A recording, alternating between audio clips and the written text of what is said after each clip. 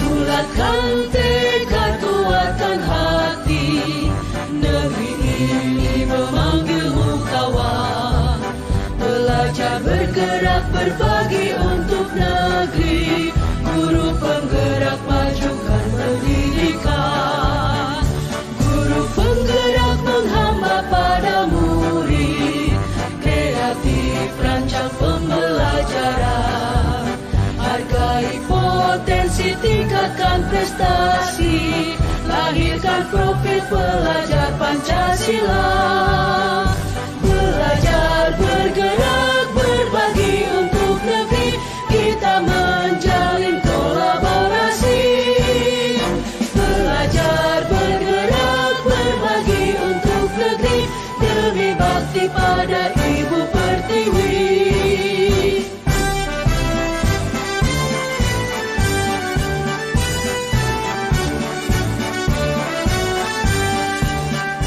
Bulatkan tekad kuatkan hati, negeri ini memanggilmu kawan. Belajar bergerak berbagi untuk negeri, guru penggerak majukan pendidikan. Guru penggerak menghamba pada murid, kreatif rancang pembelajaran. Hargai potensi, tingkatkan prestasi, lahirkan profil pelajar Pancasila. Belajar bergerak berbagi untuk negeri, kita menjalin kolaborasi. Belajar bergerak berbagi untuk negeri, demi bakti pada Ibu Pertiwi. Belajar bergerak berbagi untuk negeri, kita menjalin kolaborasi. Belajar bergerak berbagi untuk negeri, demi bakti pada Ibu Pertiwi.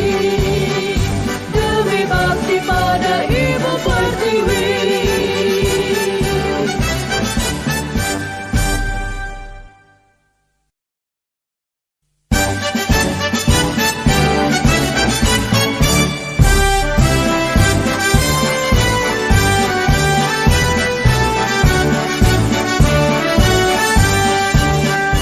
Bulatkan tekad kuatkan hati, negeri ini memanggilmu kawan.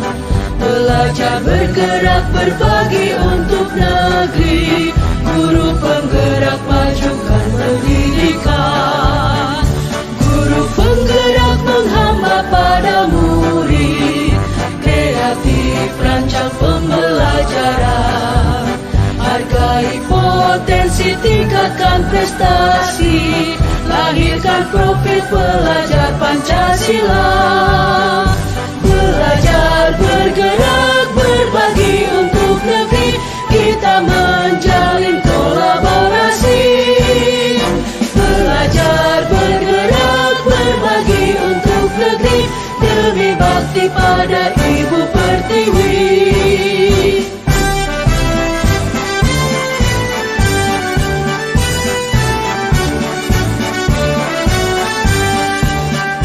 Bulatkan tekad kuatkan hati, negeri ini memanggilmu kawan.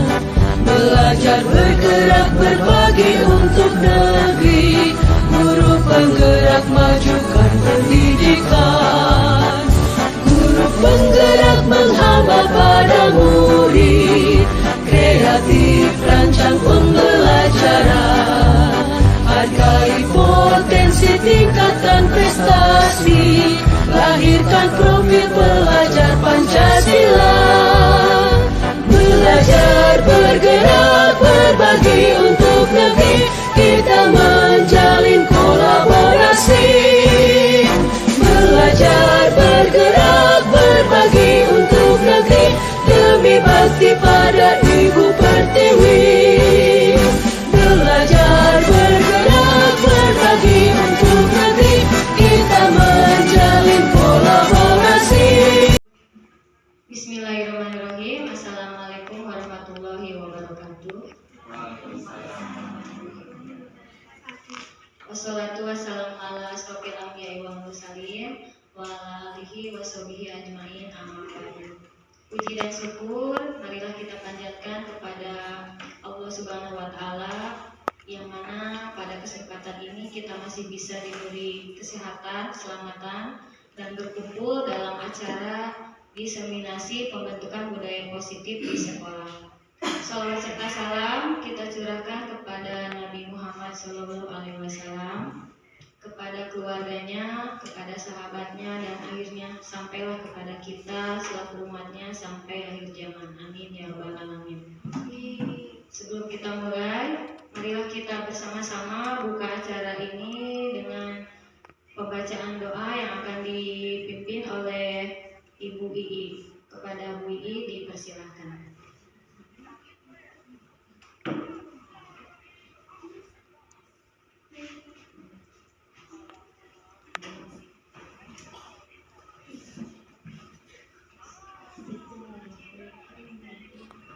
Bismillahirrahmanirrahim. Sebelum acara dimulai, mari kita panjatkan doa bersama agar demi terlaksananya kelancaran acara pada hari ini.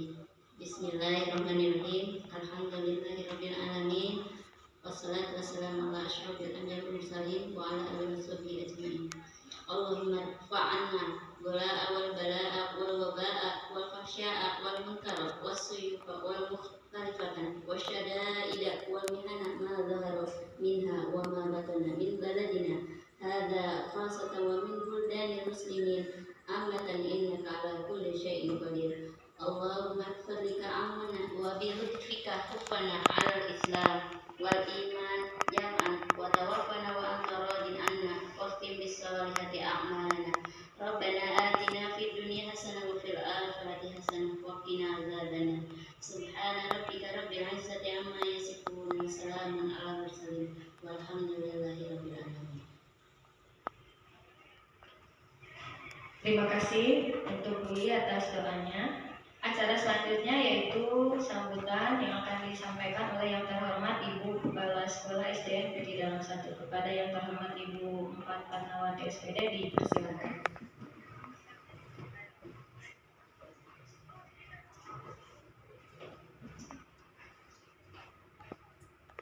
Bismillahirrahmanirrahim. Assalamualaikum warahmatullahi wabarakatuh.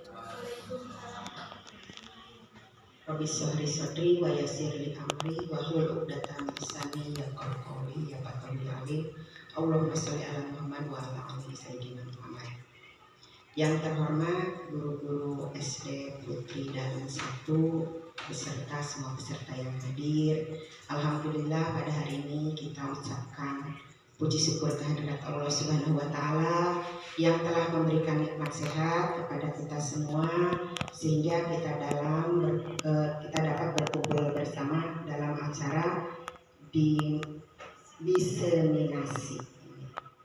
Tak lupa salawat dan salam kita panjatkan kepada Nabi Muhammad SAW dan semoga sampai kepada kita sebagai umatnya di akhir zaman.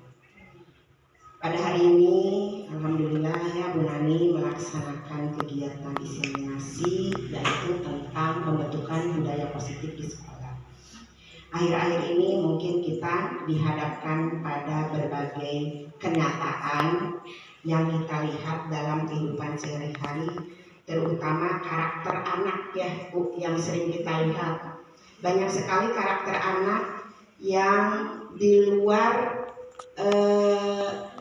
kadang-kadang di luar keinginan kita gitu ya, dan itu merupakan salah satu tantangan buat kita sebagai guru di sekolah, bagaimana menyikapi hal tersebut ketika anak-anak kita sudah melakukan sesuatu hal yang tidak baik, pasti pada diri kita itu akan terjadi suatu pergolakan intinya.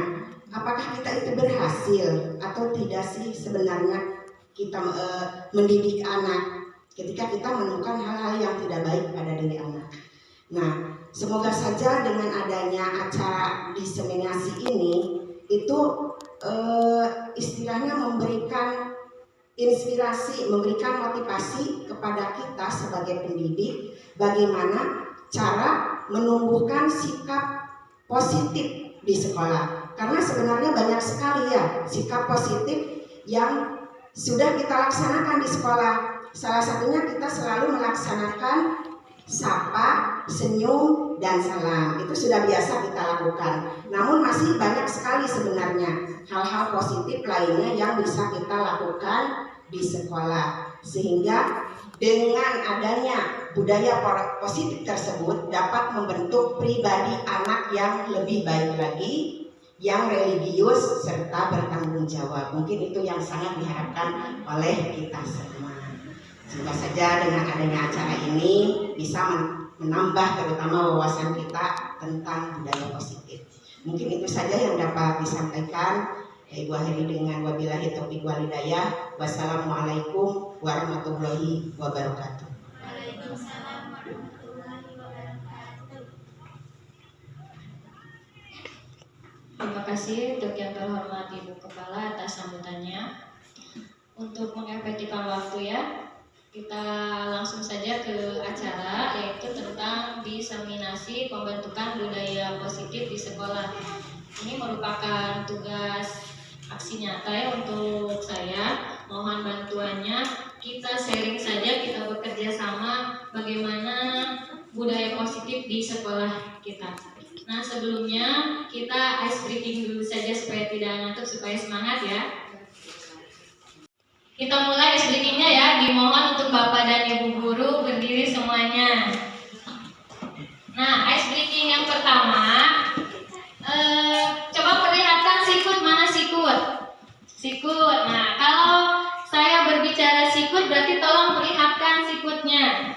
Kalau saya bilang sakit berarti pegang perutnya, berarti kita perutnya sakit. Nah, kalau sikut, mana sikut? Sakit. Kalau sekat itu kita berarti disekat matanya. Sekat, ini disekat. Kalau sikat berarti ambil sesuatu yang ada di meja, disikat, diambil, sikat. Bisa mengerti ya? Ya, berhubung sikat giginya tidak ada, sikat sisirnya tidak, jadi apa saja barang yang ada di meja. Mengerti ya Bapak Ibu guru? Konsentrasi dimulai. Sikut, sakit, sikat, sekat,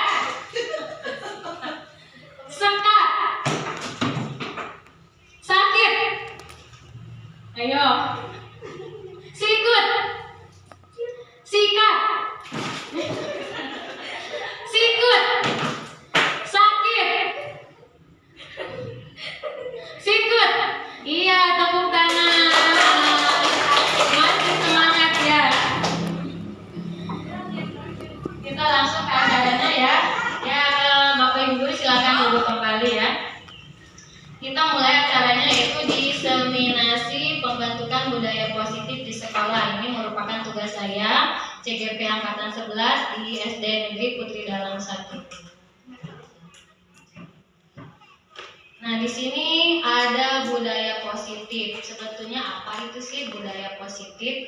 Kita sering mendengar kata budaya positif, tapi itu sebetulnya apa sih budaya positif? Budaya positif itu nilai-nilai atau kebiasaan-kebiasaan kita yang ada di sekolah ya. Nilai-nilai, keyakinan-keyakinan, dan kebiasaan-kebiasaan di sekolah yang berpihak pada murid, agar murid dapat berkembang menjadi pribadi yang kritis, penuh hormat dan bertanggung jawab. Maka dari itu kuncinya adalah bagaimana kehebatan guru sebagai penuntun siswa dalam mengembangkan watak dan karakter murid Guru hanya mengontrol dan menuntun mereka menjadi lebih baik tanpa mengubah kodrat yang mereka miliki. Jadi budaya positif itu kebiasaan-kebiasaan kita, kebiasaan yang baik, yang terpuji, yang ditimbulkan dari siswa. Nah, kita selaku guru harus bisa menuntun, mengontrol, tapi jangan membuat anak kumaha urang, kumaha guru. Jadi tidak. Kita menuntun, mengontrol bagaimana aktivitas murid, bagaimana pribadi yang kritis supaya akademisnya itu tumbuh menjadi minat dan bakatnya itu berkembang nanti di masa yang akan datang. Nah, ini contoh budaya positif di sini ya, bisa kita lihat.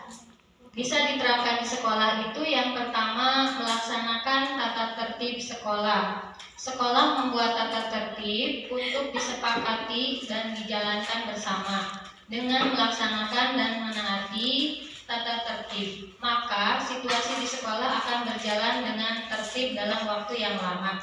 Nah, alhamdulillah ya di sekolah kita sudah ada biasanya ya Ibu, punten awal ajaran kita sudah ada yang tata tertib di sekolah. Alhamdulillah dari kelas 1 sampai kelas 6 setiap awal ajaran baru itu kita sudah ada tata tertib dan alhamdulillah dilaksanakan bersama-sama bersama siswa. Yang kedua, cinta kebersihan terhadap lingkungan sekolah.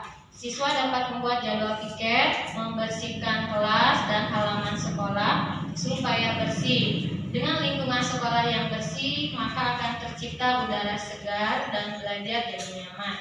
Nah, di SD ini alhamdulillah semua kelas dilaksanakan dengan tertib, jadwal piket juga sudah ada. Setiap ajaran baru juga kita setiap kelas ya dari kelas 1 sampai kelas 6 itu bersama-sama siswa dan gurunya itu membuat jadwal piket. Jadi supaya kelas itu merasa nyaman, setiap kita belajar jadi menyenangkan karena kelasnya bersih. Contoh yang ketiga dari budaya positif yaitu kejujuran. Karakter kejujuran juga sangat penting untuk ditanamkan di lingkungan sekolah. Bukan hanya untuk siswa, tetapi guru juga sebagai tenaga pengajar. Kejujuran adalah investasi yang berharga, terciptanya komunikasi dan hubungan yang sehat antar manusia. Alhamdulillah di SD kita semuanya menanamkan karakter kejujuran dan dari gurunya juga ditanamkan, dicontoh oleh anak didiknya, oleh pesertanya di setiap kelas ya, supaya ketika kejujuran itu ditanamkan di kelas, alhamdulillah pembelajaran jadi nyaman, setiap siswa juga jadi bekerja sama dengan baik dalam proses pembelajaran. Contoh yang keempat yaitu religius. Yang bisa dilakukan oleh sekolah adalah dengan membiasakan berdoa sebelum memulai kegiatan dan selalu bersyukur kepada Tuhan Yang Maha Esa. Religius juga penting itu untuk budaya positif di sekolah. Biasanya sebelum pembelajaran sekolah itu kita tanamkan keagamaannya supaya alhamdulillah di SD kita itu mayoritasnya semuanya agama Islam. Jadi setiap awal pembelajaran itu kita berdoa menurut agama Islam dan alhamdulillah kita setiap hari Jumat itu dilaksanakan pembiasaan sholat duha berjamaah ya. Alhamdulillah kita menanamkan religius di SD sekolah SDN Berjalan 1 ini. Contoh budaya positif yang kelima yaitu kepedulian. Kepedulian siswa dapat ditanamkan di sekolah melalui berbagai cara. Misalnya dengan menjenguk dan mengumpulkan uang dari teman-teman saat ada teman sekelas atau guru yang sakit. Nah, di SD kita juga alhamdulillah kepeduliannya itu sangat tinggi ya. Misalnya ketika di dalam kelas itu ada siswa laki-laki atau perempuan yang sakit, jadi tidak dibeda-bedakan, kita semuanya menengok, menjenguk siswa yang sakit, begitu pula guru yang sakit juga. Kita di sekolah ini alhamdulillah kepeduliannya itu sangat tinggi, jadi semuanya merasa kepeduliannya itu sangat ditanamkan pada diri masing-masing, baik itu guru ataupun siswa. Contoh budaya positif yang keenam yaitu toleransi. Contohnya itu hal yang bisa dilakukan untuk menyongsong sifat toleran adalah dengan tidak memaksakan pendapat sendiri kepada orang lain dan saling menghargai perbedaan dengan sesama. Menghargai perbedaan itu misalnya di sekolah ini, misalnya siswanya itu ada yang mayoritasnya kalangan di atas, misalkan anaknya pejabat dengan anaknya petani gitu. Jadi perbedaan antara miskin dengan kaya itu tidak dibeda-bedakan, semuanya di sekolah ini sama, tidak ada yang berbeda, baik itu pekerjaan orang tuanya ataupun berbeda agama atau budaya, itu kita semuanya sama di sekolah ini. Kemudian contoh budaya positif yang ketujuh yaitu kita tanamkan 5S. Apa itu 5S? Senyum, salam, sapa, sopan, dan santun. Alhamdulillah kita di SD ini sangat membudayakan 5S ya, senyum, salam, sapa, sopan, dan santun. Terutama terhadap murid kita harus menanamkan 5S. Ini contoh budaya positif.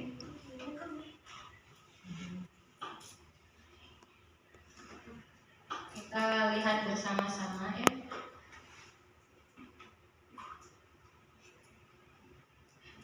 Di sini ada contoh budaya positif dari SD negeri ini ya, di luar. Ini contoh dari budaya 5S. Kita lihat bersama-sama.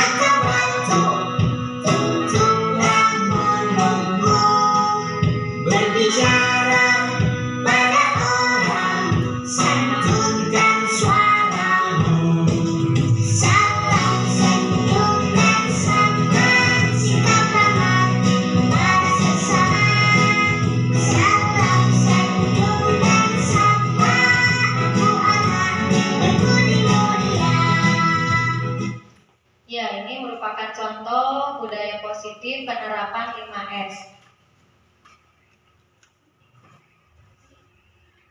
Nah, ini budaya positif itu di sekolah meliputi 6 hal.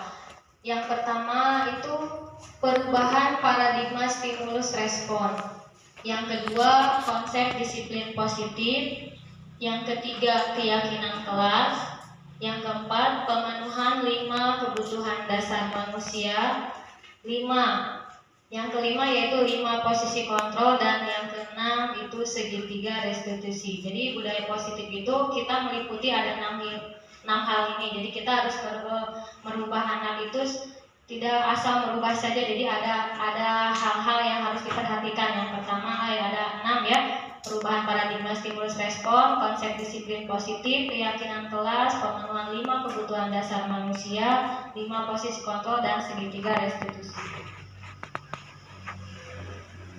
Yang pertama, perubahan paradigma stimulus respon.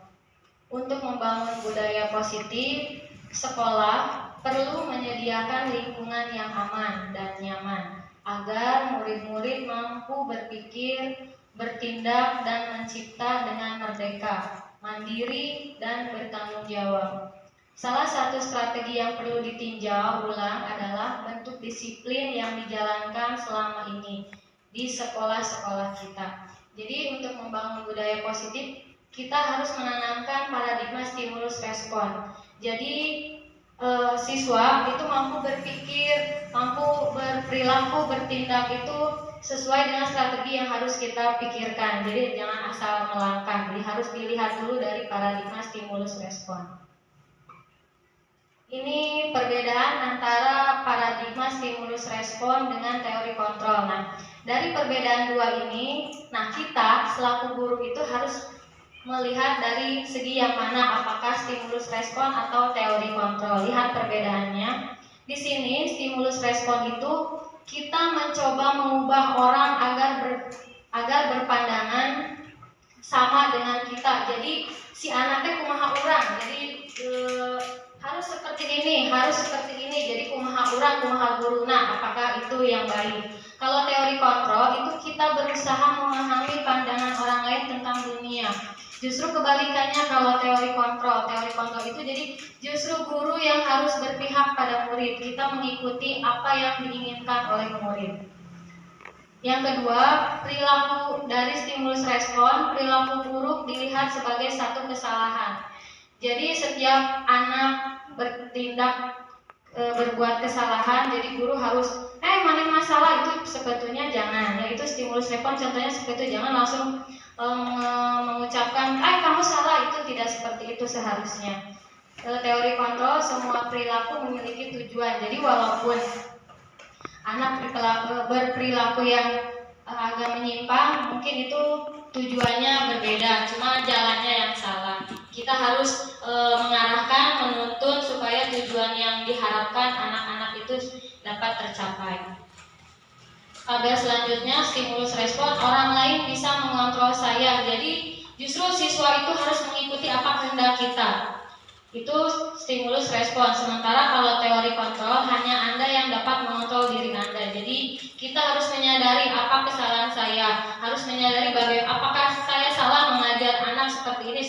Ketika anak berperilaku salah, kita harus menyadari apakah ada yang salah dari diri kita selaku guru mengajar di kelas. Stimulus respon yang keempat yaitu saya bisa mengontrol orang lain. Sementara kalau teori kontrol, Anda tidak mengontrol orang lain. Kemudian stimulus respon, pemaksaan ada pada saat bujukan gagal. Kalau teori kontrol, kolaborasi dan konsensus menciptakan pilihan baru. Yang terakhir, dari stimulus respon, model berpikir menang atau kalah. Dan teori kontrol, model berpikir menang atau menang. Jadi kalau teori kontrol itu, walaupun anak salah, kita jangan langsung mengucapkan kamu salah, jangan. Jadi sebetulnya anak itu walaupun salah, kita jangan langsung mengucapkan kamu salah, jangan. Ya bagus kamu betul, tapi alangkah lebih baik seperti ini. Mungkin kita selaku guru harusnya, mungkin saya juga menyadari ya sebelumnya ketika mengajar itu kamu salah, jangan seperti itu. Kita bareng-bareng ke depannya. Jadi sebetulnya cara mendidik anak itu jangan langsung bertindak kamu salah, jangan. Jadi baik-baik bertindak, berperilakunya supaya anak tidak langsung berpihak pada kita si ibu mah, si bapak mah galak. Jadi tidak seperti itu. Disiplin positif yang kedua, Disiplin positif itu belajar tentang konsep disiplin positif yang merupakan unsur utama dalam terwujudnya budaya positif yang kita cita-citakan di sekolah. Kalau saja anak-anak bisa disiplin, pasti mereka akan bisa belajar. Mendisiplinkan anak-anak adalah bagian yang paling menantang dari pekerjaan guru. Ketika mendengar kata disiplin, kebanyakan orang akan menghubungkan kata disiplin dengan tata tertib, teratur, dan kepatuhan pada peraturan. Ya, disiplin positif itu mungkin kita identiknya dengan tata tertib. Jadi siswa itu harus benar-benar patuh terhadap aturan. Ya, harusnya sebelum ke disiplin itu kan kita membuat dulu keyakinan kelas, ya. Supaya kita bekerja sama dengan siswa, apa ya kedepannya kita harus bagaimana pembelajarannya supaya menyenangkan. Jadi di dalam tata tertib yang biasa kita buat mah biasanya itu langsung disetujui, disepakati tanpa mengetahui siswa itu bisa tidak. Ini 3 macam motivasi perilaku manusia tentang disiplin positif. Yang pertama, untuk menghindari ketidaknyamanan atau hukuman. Contohnya, ini perilaku guru ya. Contohnya, guru datang ke sekolah pagi-pagi karena takut mendapat teguran dari kepala sekolah. Contohnya Ibu, ini merupakan contoh. Jadi kita itu berangkat ke sekolah pagi-pagi itu, jadi bukan karena takut mendapat teguran dari ibu kepala. Jadi kalau contoh yang pertama itu untuk menghindari ketidaknyamanan, jadi takut karena hukuman. Itu yang pertama. Kalau yang kedua, untuk mendapatkan imbalan atau penghargaan dari orang lain. Contohnya, guru datang ke sekolah pagi-pagi itu karena ingin mendapat pujian dari rekan sejawat atau kepala sekolah. Tuh si ibu itu mamani bager dah hayang pagi-pagi berangkatnya hayang mendapat pujian dari ibu kepala. Itu mungkin contoh yang kedua, karena imbalan. Dan yang ketiga, untuk menjadi orang yang mereka inginkan dan menghargai diri sendiri dengan nilai-nilai yang mereka percaya. Nah, ini contoh yang ketiga.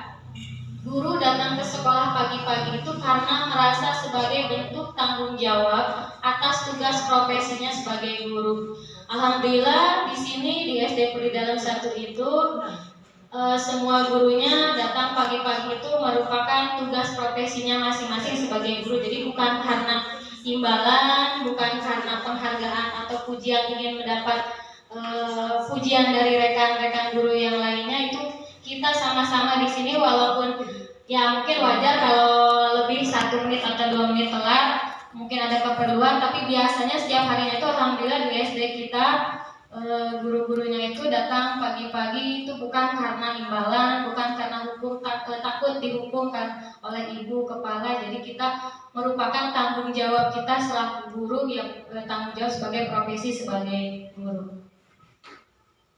Nah, ini perbedaan antara hukuman dengan konsekuensi. Jadi ada bedanya hukuman dengan konsekuensi ya. Kalau hukuman itu sesuatu yang menyakitkan dan harus terjadi. Yang kedua, membuat anak sakit, baik fisik atau hatinya untuk jangka waktu yang lama.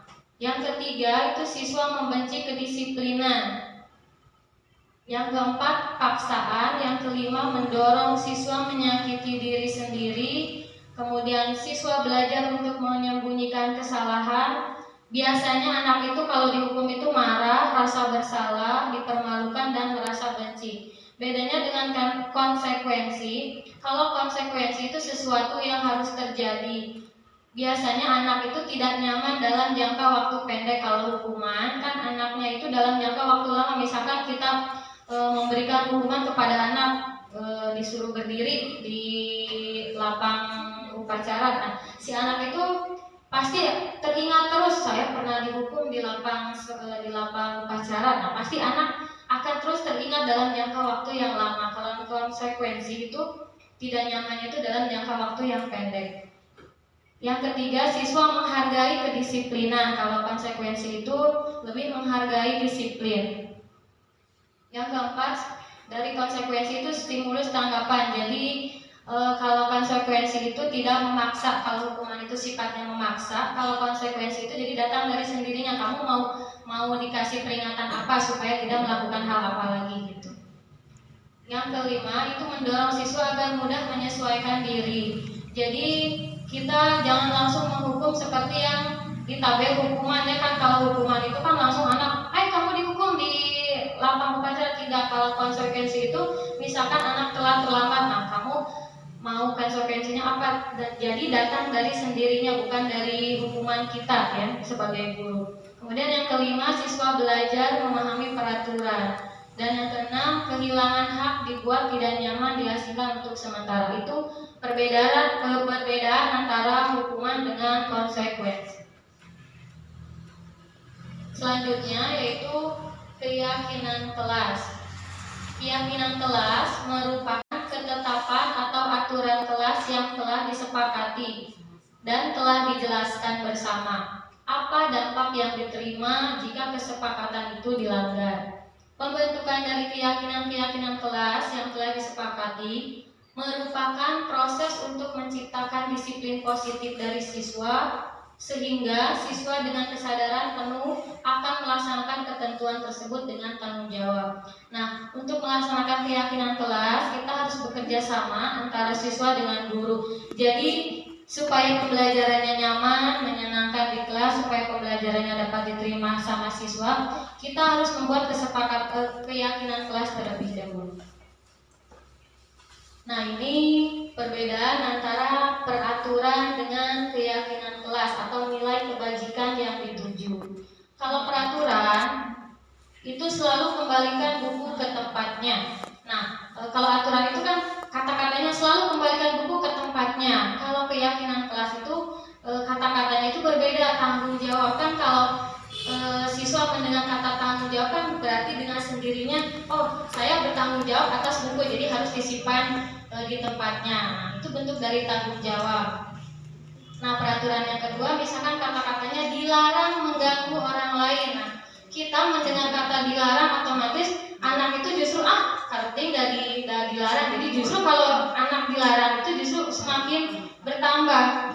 Kalau keyakinan kelas itu kata-katanya menghormati orang lain dan diri sendiri. Nah, kalau kata-kata menghormati berarti si anak itu, siswa itu berarti dapat menghormati baik itu bersama temannya ataupun siswa ke gurunya, itu jadi ada rasa menghormati. Yang ketiga, hadir di sekolah 15 menit sebelum pembelajaran dimulai. Nah, itu aturan. Jadi kata-katanya itu jadi harus datang 15 menit sebelum. Jadi kata-katanya itu terdengar seperti memaksa. Kalau keyakinan kelas itu komitmen pada tujuan. Nah, kita sepakatnya itu berapa menit sebelum dimulai. Jadi kita harus menyepakati dulu antara siswa dengan guru. Yang selanjutnya, dilarang melakukan kekerasan. Kata-kata dilarang melakukan kekerasan itu terlihat sangat bagaimana ya, kalau kesiswanya itu jadi seolah-olah takut. Kan kalau keyakinan kelas menghormati orang lain, berarti kita harus menjaga, menghormati, menghargai orang lain, jadi supaya tidak terjadi kekerasan.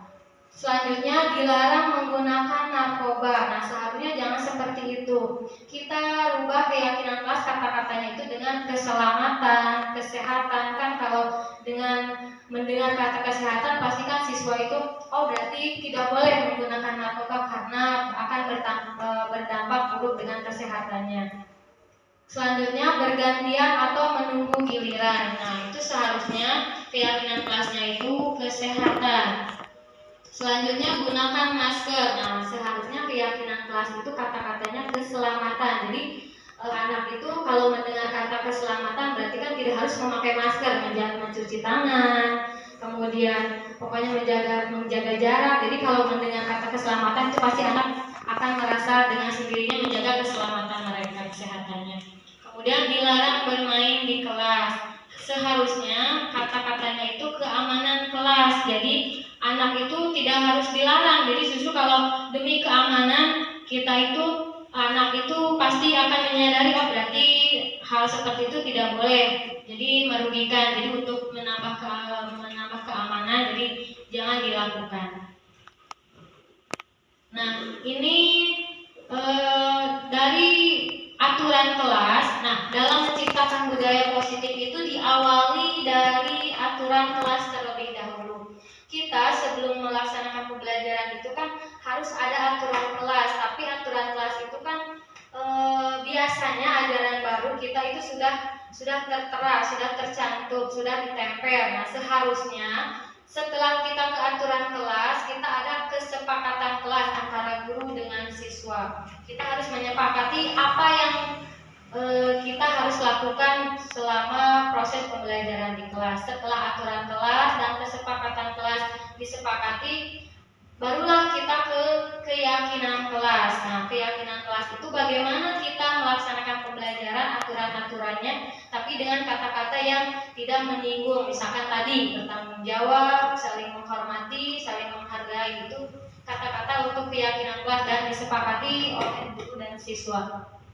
Kemudian setelah keyakinan kelas, kita baru ke lingkungan positif. Nah, lingkungan positif itu bukan hanya dari dalam kelas saja, di luar kelas dengan warga-warga sekolah lainnya. Terciptalah setelah aturan kelas, kesepakatan kelas, keyakinan kelas, dan akhirnya kita ke lingkungan yang positif. Nah, setelah lingkungan yang positif tumbuh, nah barulah kita ke budaya positif. Jadi kebiasaan-kebiasaan positif akan tumbuh, akan tercipta di dalam lingkungan sekolah itu.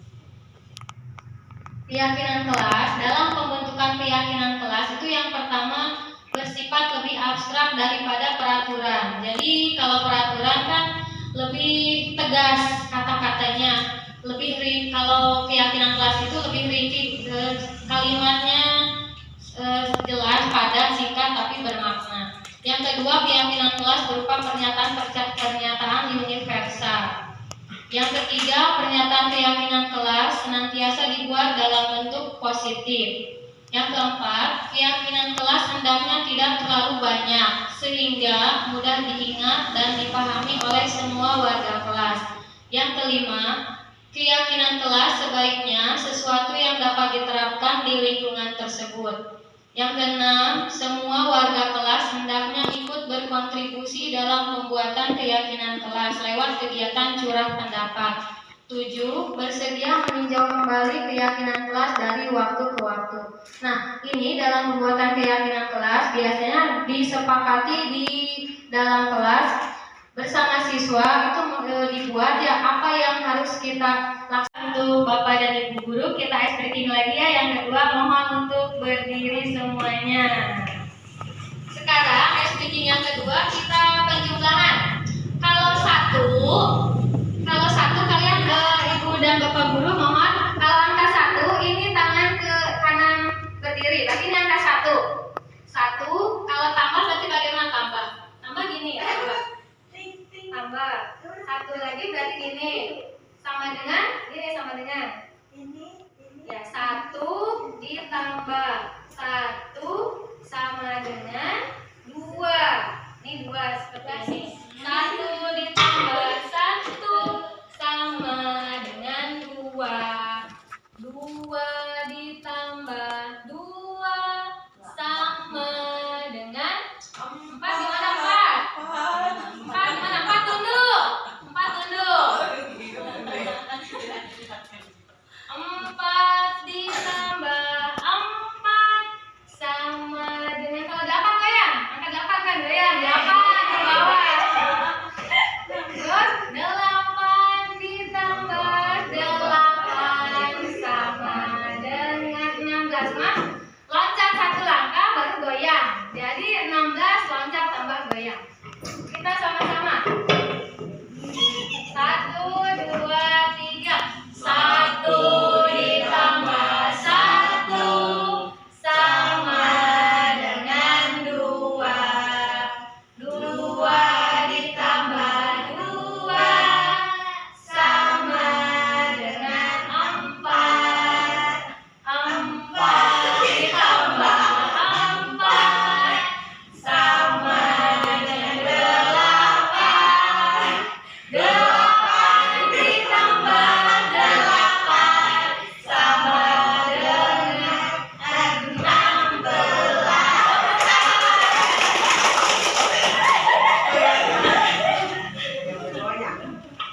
Alhamdulillah, ice breaking dulu supaya tidak ngantuk. Masih semangat ya? Kita lanjut. Selanjutnya itu tentang kebutuhan dasar manusia. Nah, kebutuhan dasar manusia itu semua yang kita lakukan adalah usaha terbaik kita untuk mendapatkan apa yang kita inginkan.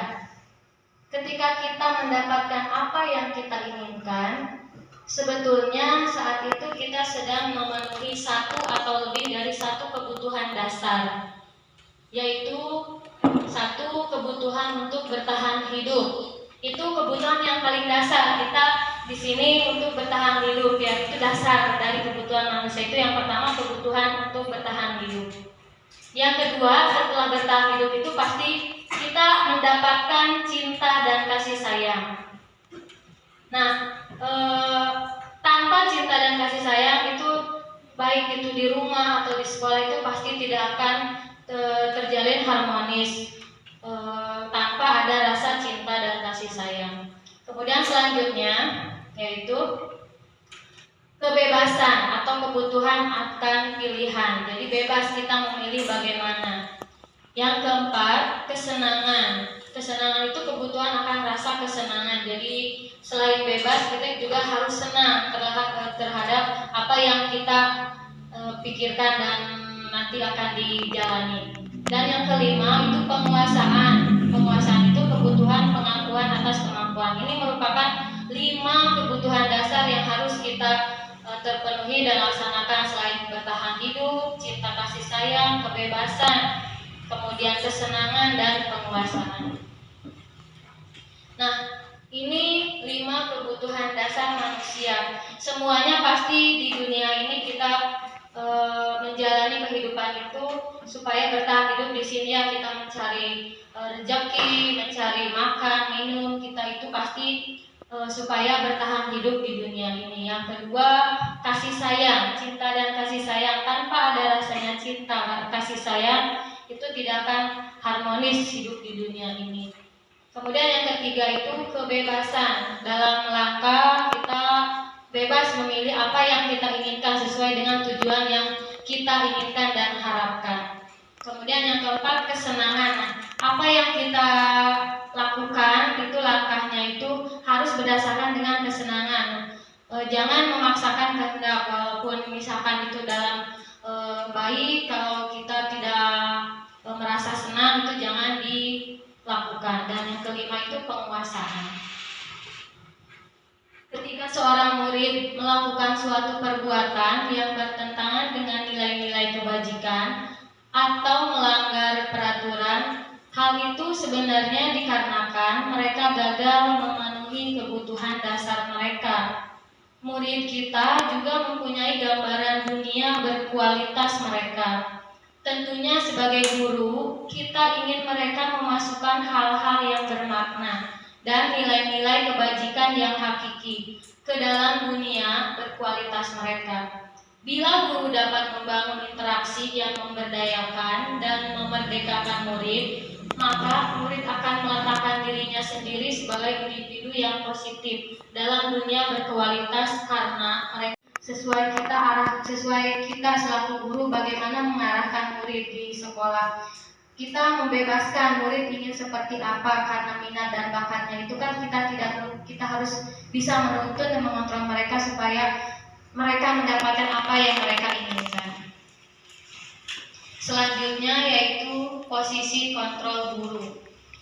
Melalui serangkaian riset dan berstandar pada teori kontrol Dr. William Goshen berkesimpulan ada 5 posisi kontrol yang diterapkan seorang guru. Kelima posisi kontrol itu, yang pertama penghukum, hukuman fisik atau verbal, patuhi tata tertib. Nah, di dalam posisi kontrol yang pertama itu sifatnya menghukum. Jadi kalau ada siswa yang bersalah, jadi seorang guru langsung bertindak dengan hukuman, itu sebetulnya kurang tepat.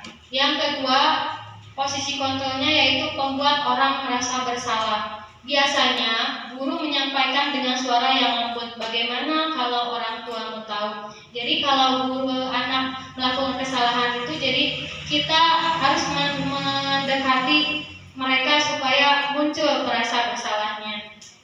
Yang ketiga, posisi kontrol sebagai teman. Jadi guru memposisikan sebagai teman. Contohnya, ingat tidak bantuan Bapak selama ini. Jadi seorang guru harus memposisikan ke siswa itu sebagai teman. Jadi jangan sampai siswa itu merasa takut dengan kita. Jadi kita posisikan siswa sebagai teman.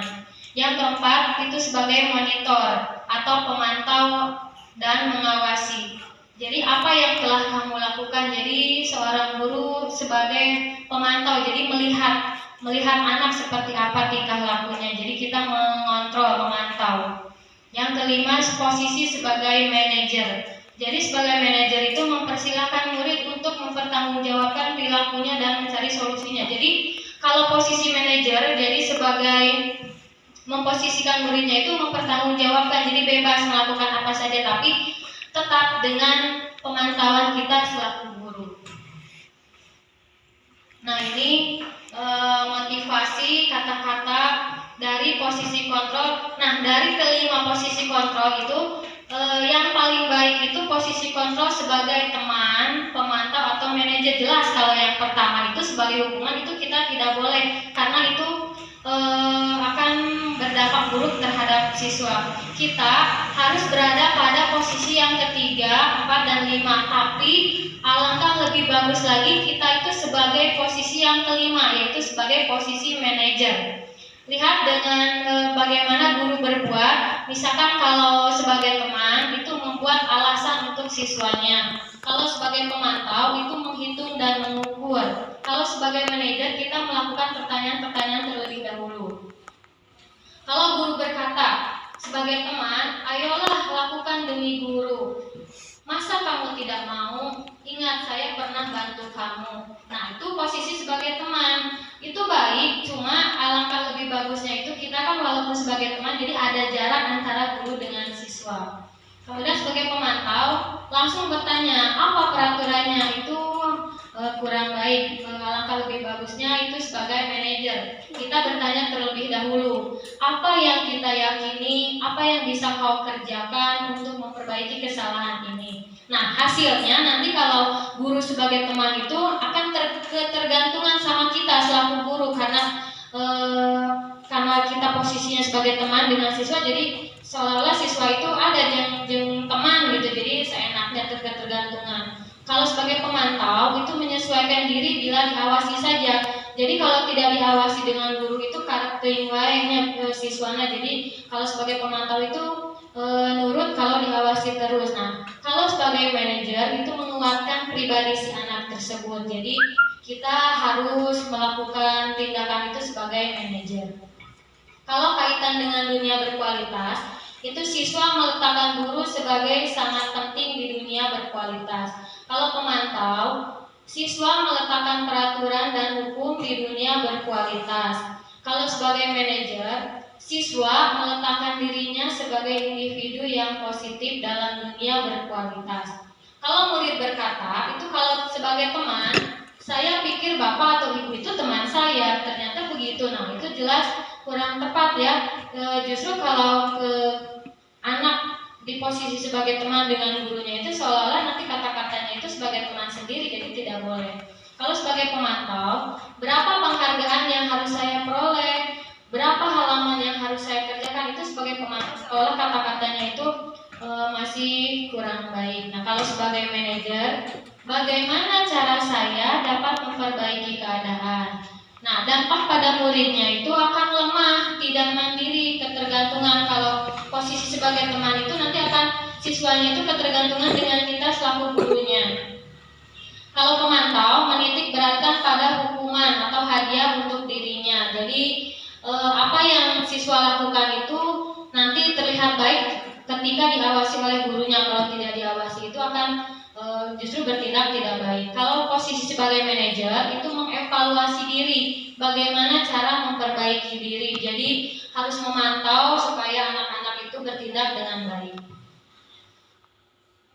Nah, yang selanjutnya segitiga restitusi. Nah, segitiga restitusi itu membantu murid menjadi lebih memiliki tujuan dalam disiplin positif dan memulihkan dirinya setelah berbuat salah melalui pendekatan restitusi. Ketika murid berbuat salah, guru akan menanggapi dengan mengajak murid berefleksi, tentang apa yang dapat mereka lakukan untuk memperbaiki kesalahan mereka sehingga mereka menjadi pribadi yang lebih baik dan menghargai dirinya. Jadi kita melakukan segitiga restitusi itu ketika ada murid yang bersalah, kita jangan langsung berkata, salah, tidak ya. Jadi kita lakukan dulu penyelidikan dengan melakukan segitiga restitusi. Nah, restitusi itu proses menciptakan kondisi bagi murid untuk memperbaiki kesalahan. Dengan langkah-langkahnya itu yang pertama, menstabilkan identitas. Jadi kita semua akan melakukan hal yang terbaik yang bisa kita lakukan. Jadi pertama kita menstabilkan dulu identitasnya. Jadi anak berbuat salah itu apa identitasnya, jadi kenapa alasannya. Kemudian yang kedua, validasi tindakan yang salah. Semua perilaku memiliki alasan. Jadi setelah melakukan identitas, nah kenapa berbuat kesalahan? Yang ketiga, menanyakan keyakinan. Kita semua memiliki motivasi internal. Jadi jangan langsung berbuat kamu salah, tidak seperti itu. Jadi kita menanyakan dulu kenapa mereka terlambat, kenapa mereka bolos. Kemudian menanyakan keyakinannya, kenapa alasannya. Jadi supaya anak itu tidak merasa takut. Nah, ini gambar segitiga restitusi validasi. Yang pertama menstabilkan identitas dulu. Yang kedua validasi tindakan yang salah, dan yang ketiga menanyakan keyakinan. Kita pertama tanya dulu, kamu tentu punya alasan mengapa melakukan itu. Adakah cara yang lebih efektif untuk mendapatkan apa yang kamu butuhkan? Keyakinan kelas apa yang telah kita sepakati? Kamu ingin menjadi orang yang seperti apa? Jadi kita jangan langsung bertindak, kamu kenapa melakukan seperti itu, kamu salah, jangan ya. Kita kalau ada murid yang melakukan kesalahan itu jangan langsung dicap kamu salah, tidak. Jadi kita tanyakan dulu alasannya mereka itu seperti apa. Nah, kita lihat contoh video segitiga restitusi contohnya ya. Jadi kita jangan langsung bertanya kamu salah, jangan ya. Kita lihat ini contoh videonya.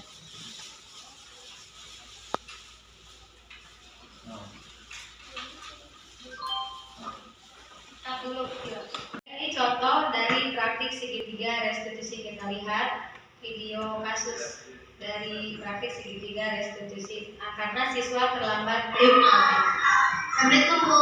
Waalaikumsalam. Apakah kamu tahu kenapa kamu di sini? Hari ini saya masih terlambat ke sekolah.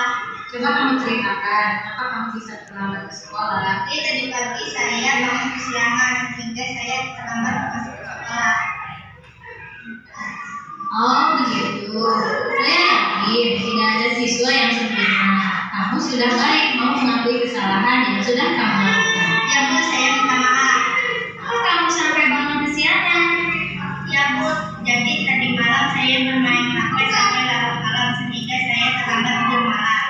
Tindakan itu benar atau salah? Salah Bu, saya tidak disiplin diri sehingga saya masuk terlambat ke sekolah. Coba keyakinan kelas mana yang kamu langgar? Disiplin Bu. Untuk kedepannya apa yang akan kamu lakukan? Saya akan tidak bermain HP sampai larut malam sehingga saya bisa masuk ke sekolah tidak terlambat lagi. Sangat bagus ya, Ibu bangga kan? Terima kasih Bu. Assalamualaikum Bu. Waalaikumsalam warahmatullahi wabarakatuh. Assalamualaikum warahmatullahi wabarakatuh. Nama saya Aisyah. Terima kasih kepada Ibu atas nasihatnya. Saya berjanji akan memperbaiki diri tidak terlambat sekolah lagi sehingga tidak melanggar keyakinan yang disepakati. Wassalamualaikum warahmatullahi wabarakatuh. Jadi kita kalau ada siswa yang terlambat ke sekolah itu jangan langsung bertanya kenapa kamu terlambat, jangan seperti itu.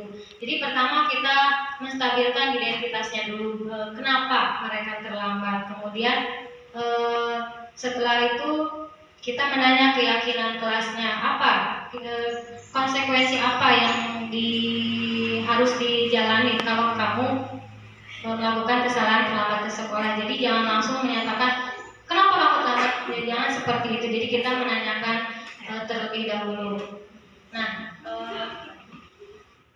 Nah, itu merupakan penyampaian materi dari pembentukan budaya positif di sekolah. Barangkali Bapak atau Ibu guru ada yang mau menanggapi, ada yang mau bertanya dari materi tadi, dipersilakan. Kita sharing ya, kita kerjasama bagaimana pembentukan budaya positif di sekolah, terutama di SDN Putri Darul 1. Dipersilakan, barangkali ada yang mau menanggapi atau bertanya, dipersilakan. Ibu Kepala, mangga.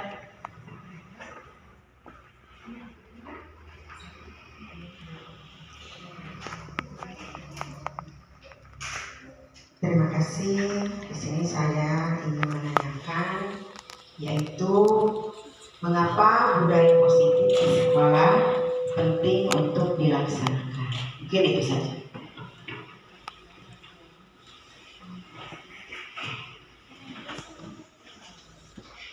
Terima kasih Ibu Kepala atas tanggapan dan pertanyaannya. Saya langsung jawab saja, nanti setelah dijawab dari pertanyaan pertama kita lanjut ke pertanyaan yang kedua. Mengapa budaya positif itu penting dilaksanakan di sekolah? Jadi supaya kerjasama antara siswa dengan guru, kontribusi itu berjalan supaya kesejahteraan di sekolah itu menjadi lancar, sukses di sekolah. Ketika anak merasa aman, nyaman, dan merasa diterima di sekolah tersebut, di kelas tersebut, maka anak tersebut akan terlibat pada pembelajaran. Jadi proses pembelajaran pun akan berkualitas. Jadi minat dan bakatnya juga, kalau anak tersebut merasa dihargai, dihormati, pastinya nanti kedepannya itu mereka akan tumbuh minat dan bakatnya. Selain itu juga guru juga akan lebih termotivasi dan mampu memberikan pengajaran yang berkualitas. Jadi antara siswa dan guru itu harus ada kontribusi, harus ada kerjasama yang baik supaya budaya positif itu dapat meningkatkan kepuasan dan keberhasilan di sekolah. Mungkin itu Bu, terima kasih. Setelah pertanyaan pertama, barangkali ada pertanyaan yang kedua, dipersilakan. Bu Ii, saya persilakan.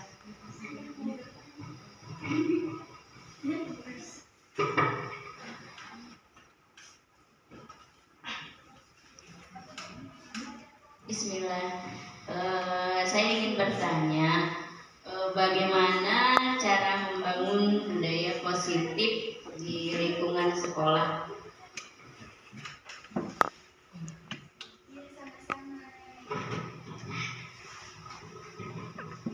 Terima kasih Bu Ii atas tanggapan dan pertanyaannya.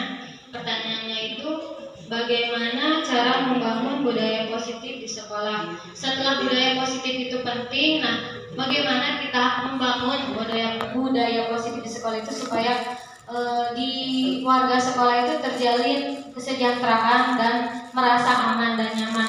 Tadi yang sudah saya jelaskan itu ada 6 budaya positif. Yang pertama itu perubahan paradigma stimulus respon ke posisi kontrol. Jadi kita jangan langsung ke stimulus respon, jangan langsung ke menganggap salah kepada siswa. Jadi kita memposisikan lebih relevan dengan keadaan murid.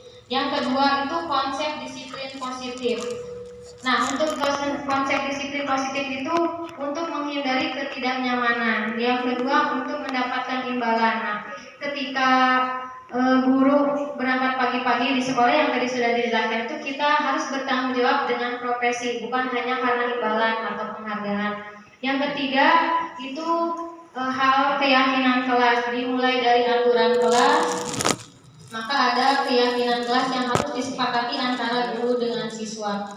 Yang keempat itu adanya 5 kebutuhan dasar manusia. Yang pertama itu bertahan hidup, yang kedua cinta dan kasih sayang, yang ketiga kebebasan, yang keempat kesenangan, dan yang kelima penguasaan. Nah, 5 dasar kebutuhan manusia itu harus terpenuhi, terutama siswa. Tanpa adanya 5 dasar tersebut, siswa itu di sekolah pasti akan merasa minder, tidak merasa ditemani.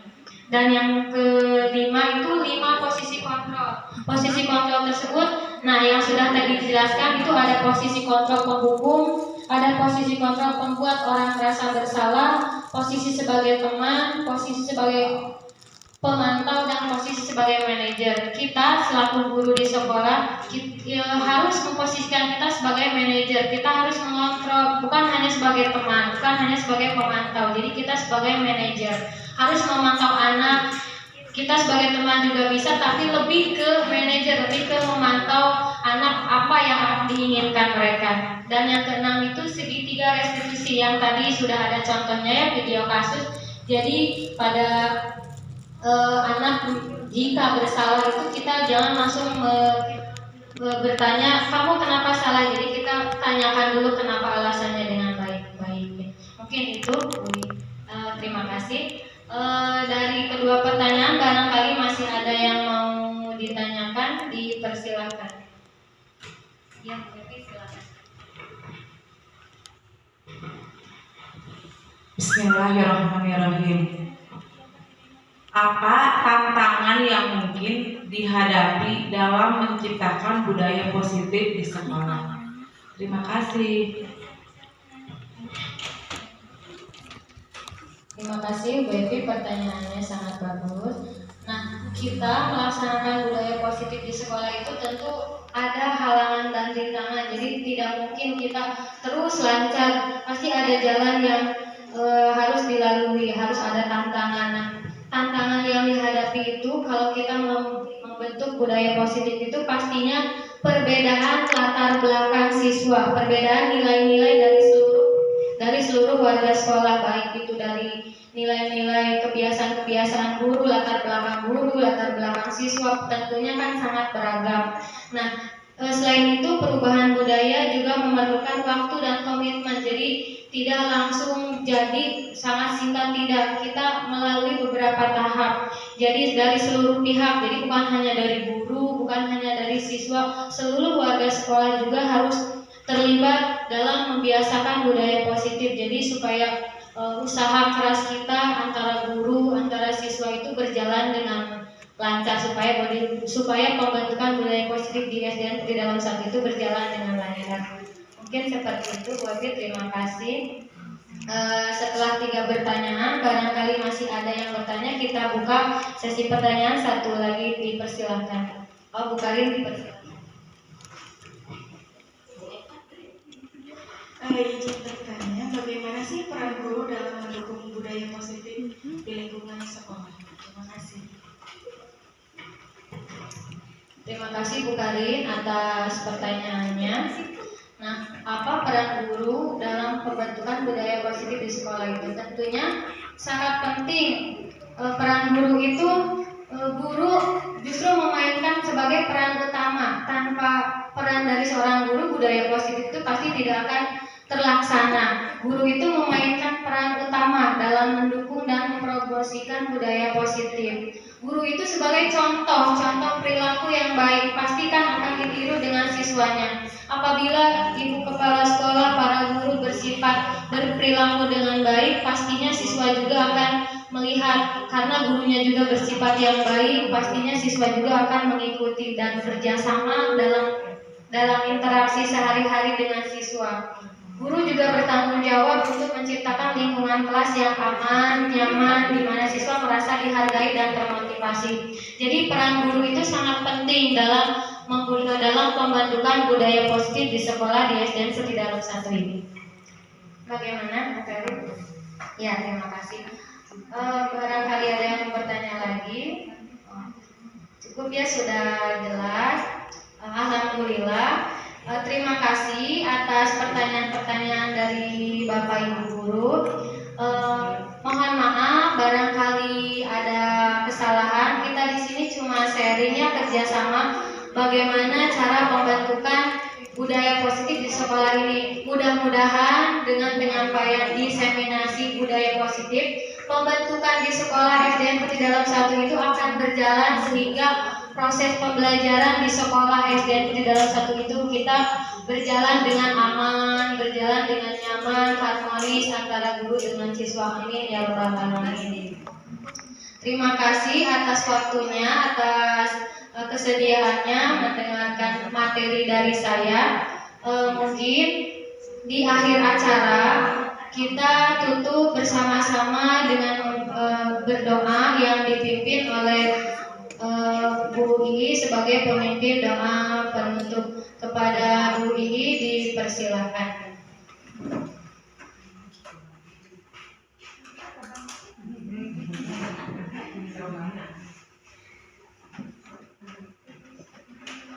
Bismillah, Assalamualaikum warahmatullahi wabarakatuh. Alhamdulillah ala kulli hal, atas segala kelancaran acara pada hari ini. Marilah kita bersama-sama melantunkan doa sebelum kita tutup acara yang terakhir. Bismillahirrahmanirrahim. Alhamdulillahirabbil alamin. Hamdan yuwafi ni'amahu wa yukafi mazidah. Ya Rabbana lakal hamdu wa lakal syukru kama yanbaghi li jalali wajhikal karim wa li 'azimi sultanik. Subhanaka tusi sana'an 'alaika anta kama asnaita 'ala nafsika wa lakal hamdu syukra wa lakal hamdu hatta tarda wa lakal hamdu idza radita daiman abada. Allahumma sholli ala sayyidina Muhammad tibal qulub wa dawaiha wa afiyatal abdani wa shifaiha wa nawrul absari wa jilaiha wa ala alihi wa sahbihi wasallam. Allahumma ighfir lana dzunubana wa liwalidayna wa limasyayikhina wa limu'amilina wa liman lahu haqqan alaina wa liman ahabba wa ahsana ilaina wa likaffatil muslimin ajma'in. Rabbana atina fid dunya hasanah wa fil akhirati hasanah wa qina adzabannar. Subhana rabbika rabbil izzati amma yasifun. Wassalamun alal mursalin walhamdulillahi rabbil alamin. Terima kasih Bu Ihi atas doa penutupnya. Sekali lagi saya mohon maaf barangkali mengganggu waktunya. Terima kasih kepada Bapak dan Ibu guru yang hebat atas kerjasamanya. Kita majukan SD Putih Dalam Satu itu semakin harmonis, nyaman, dan damai. Kurang lebihnya saya mohon maaf. Diakhiri dengan billahi taufiq wal hidayah. Wassalamualaikum warahmatullahi wabarakatuh. Assalamualaikum warahmatullahi wabarakatuh. Terima kasih kepada rekan saya Bu Nani Winati yang telah melaksanakan diseminasi budaya positif di sekolah. Semoga apa yang telah Bu Nani sampaikan bisa juga kami terapkan di kelas sehingga akan menumbuhkan rasa mandiri pada anak didik kita. Sekali lagi terima kasih banyak Bu Nani Winati. Billahi taufiq wal hidayah. Wassalamualaikum warahmatullahi wabarakatuh.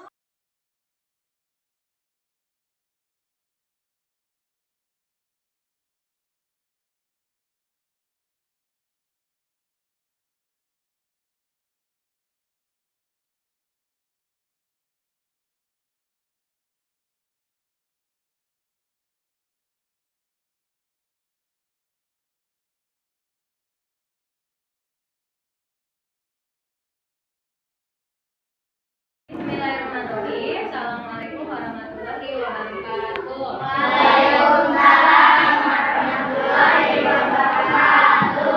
Selamat pagi anak-anak. Pagi. Nah, sebelum memulai pembelajaran, Ibu akan membahas tentang keyakinan kelas terlebih dahulu ya.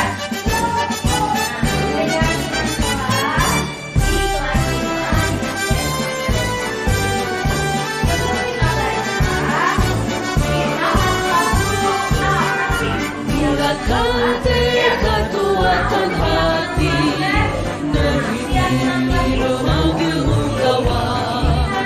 Belajar bergerak berbagi untuk negeri, guru penggerak majukan pendidikan.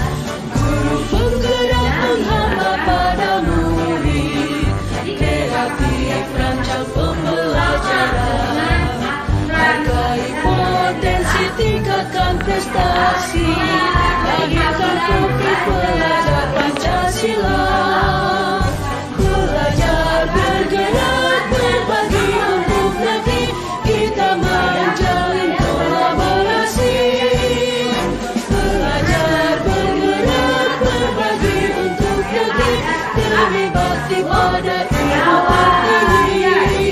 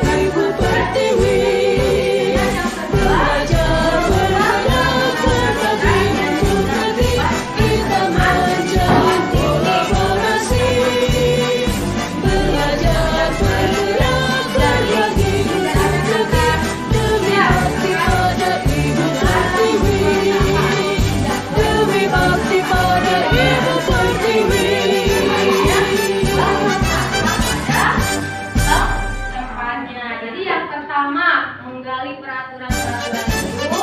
Yang kedua, apa yang kedua? Membuat peraturan-peraturan yang sudah tertulis ya. Dan dibuat dengan kalimat positif. Bulatkan tekad kuatkan hati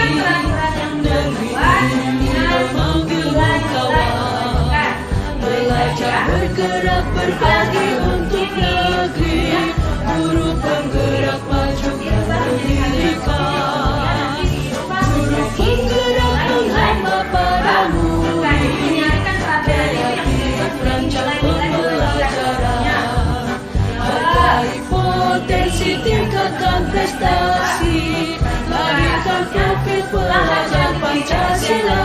Belajar bergerak berbagi untuk negeri, kita menjalin kolaborasi. Belajar bergerak berbagi untuk negeri, demi bakti pada Ibu Pertiwi.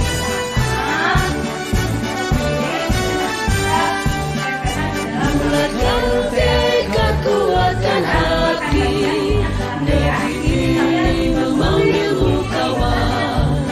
Belajar bergerak berbagi untuk negeri, guru penggerak majukan pendidikan, guru penggerak menghamba pada murid, kreatif rancang pembelajaran, hargai potensi tingkatkan prestasi, lahirkan profil pelajar Pancasila. Belajar bergerak berbagi untuk negeri, kita menjalin kolaborasi. Belajar bergerak berbagi untuk negeri, demi bakti pada Ibu Pertiwi. Belajar bergerak berbagi untuk negeri, kita menjalin kolaborasi. Belajar bergerak berbagi untuk negeri, demi bakti pada Ibu Pertiwi. Demi bakti pada Ibu Pertiwi. Belakang yang pinggir boleh ke pinggir. Ke pinggir.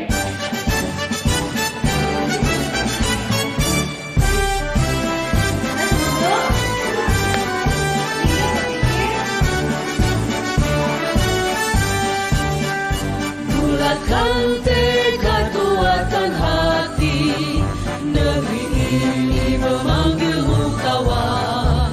Belajar bergerak berbagi untuk negeri, guru penggerak majukan pendidikan, guru penggerak menghamba pada murid, kreatif rancang pembelajaran, hargai potensi tingkatkan prestasi, lahirkan profil pelajar Pancasila. Belajar bergerak berbagi untuk negeri, kita menjalin kolaborasi. Belajar bergerak berbagi untuk negeri, demi bakti pada Ibu Pertiwi.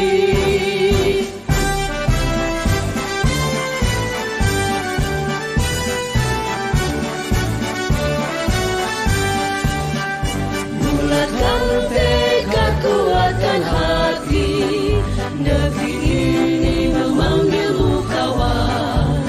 Belajar bergerak berbagi untuk negeri, guru penggerak majukan pendidikan, guru penggerak menghamba pada murid, kreatif rancang pembelajaran, hargai potensi tingkatkan prestasi, lahirkan profil pelajar Pancasila. Belajar bergerak berbagi untuk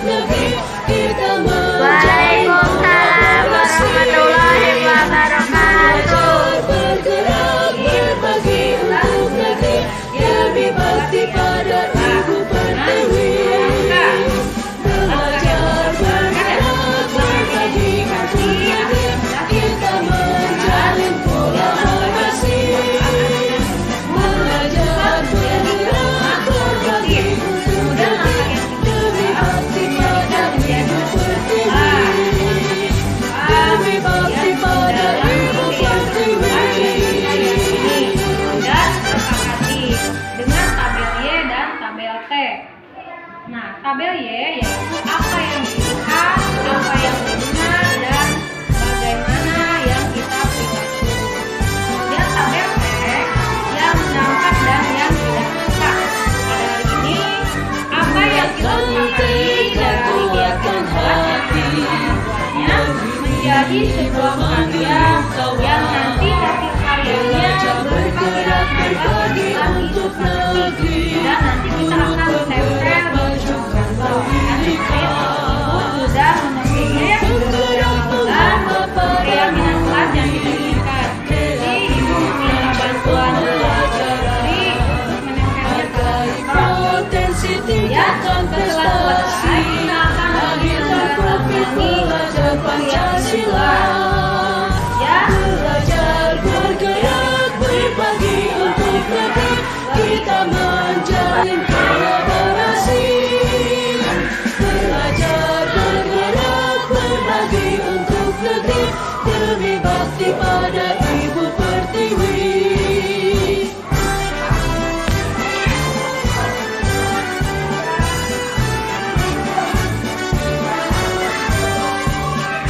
Bulatkan tekad, kuatkan hati, negeri ini memanggilmu kawan. Belajar bergerak berbagi untuk negeri, guru penggerak